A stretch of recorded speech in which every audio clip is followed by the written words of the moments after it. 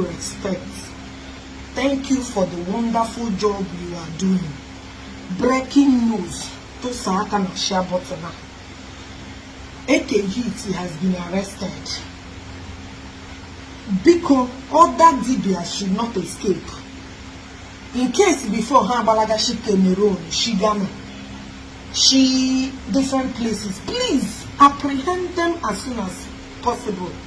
Our governor, you have been doing a wonderful job. We are not going to stay here to say that you are not doing marvelous job. I don't, like I said, I will sing your praise to eternity. I mean, you are doing one of the incredible undiluted job in this movement. Because there is another thing I'm asking, Biko governor, please don't forget their accessories. People that they use and accomplish this terrific, malicious, dubious, horrific, this kind of acts. The accessories, Jpac, Okongwu Dibia Ogechi, especially Jpac. He is the architect of the whole impunity. He brought these people on social media, especially Akwa and the other Dibias. Please, Your Honor, do not forget to arrest all these accessories. They are the main problem. They are the ones that deceived our youth. Jpac will come on live and see a house somebody built. If the house is 10 million, Jpac will hype it to 100 million. Jpac have lured a lot of youth into temptation. Jpac is not a role model to Anambra youth. Jpac has destroyed our youth. Jpac has implemented a lot of problem in this blue app. Because governor, Jpac should come and answer and tell us why he deceived millions of youth into lifestyle that is not ideal. He should come and answer why he promoted all these Dibias. Please, Governor Sorudo, it's not about having a dispute with Jpac, it's about curtailing this attitude. Because if you arrest all these Dibias and forget people that made them who they are on social media, the job is not yet done. Please, sir, look into this particular thing I'm saying. Things has to be done regarding about this Jpac.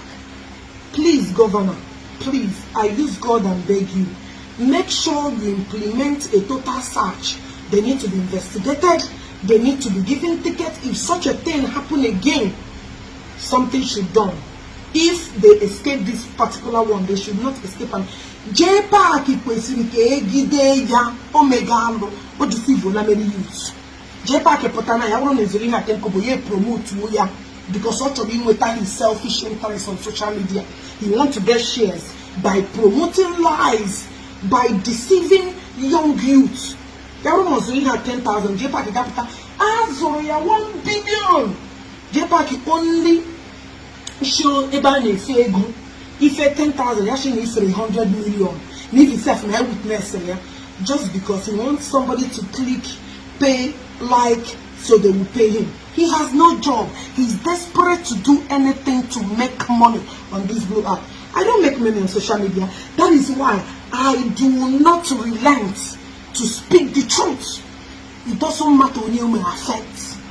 If what I go on that make you gonna blog fake information and lies. One day, any really look into. Please, our governor, you are doing a good job. As you guys don't see, share the video. AKG has been arrested.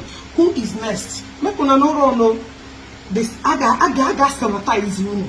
Aga clear Anambra State. Anambra will be the best state in the whole eastern region.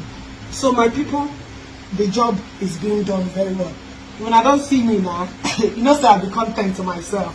When I wear things like this, every day when I share the video. Anambra ya dochakwa mma o ekwe odun ka na awu nke Soludo metekwa anyi uzi na abata na Anambra State egwu a na-atọ. Ekene dịrị Chukwu. Ọdụnnụ ka nna abụne amara ka ọrụ ibi Anambra adịgokwe mma.